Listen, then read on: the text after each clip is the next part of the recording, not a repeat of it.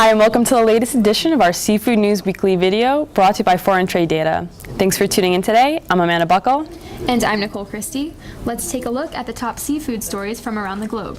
The acting United States Attorney for the District of Massachusetts has filed a motion to reconsider the forfeiture of Carlos the Codfather Rafael's vessels. A federal district court judge issued a decision in early October denying the government's right to seize 13 vessels and their accompanying permits from Rafael. Instead, the judge approved the seizure of 4 vessels and their permits. The U.S. Attorney is arguing that the judge incorrectly relied on the premise that $200,000 is the maximum fine allowable under the sentencing guidelines. Thanks, Nicole. In other news, the FDA has warned one of New York's most expensive restaurants over seafood import violations. Masa, a 3 Michelin-star restaurant, which serves a whopping $595 tasting menu, allegedly prepared, packed, or held their skipjack tuna under insanitary conditions. A representative from Masa says that they take FDA regulations very seriously and that food safety is always a priority. They're currently working with their purveyors in Japan to get the issue resolved. Thanks, Amanda. Meanwhile, U.S. environmental groups are preparing to ask Washington to ban imports of Canadian snow crab unless Ottawa steps up its efforts to save the endangered Atlantic right whales.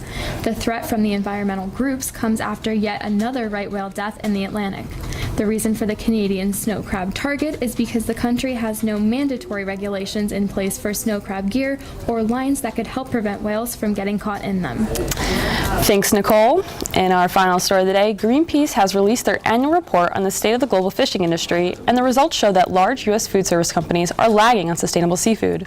While Sodexo, Aramark, and Compass Group were highlighted as leaders in sustainable seafood in their sector, the 12 remaining companies, including Cisco, Performance Food Group, and U.S. Foods, fell short. Greenpeace wrote in the report that it's time for the food service industry to refocus its priorities amid declining fish stocks and rampant human abuse rates. That wraps up our show for today.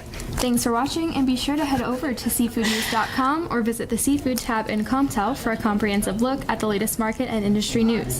This video was sponsored by Urner Barry's Foreign Trade Data, your inside look into each and every frozen waterborne shipment of seafood entering the United States. Get access to trade alerts, customs and census data, warning letters, insiders reports, and all the information you'll need pertaining to importing and exporting seafood. Start tracking imports by getting on trial or signing up at www.foreigntradedata.com or by calling 732-240-5330.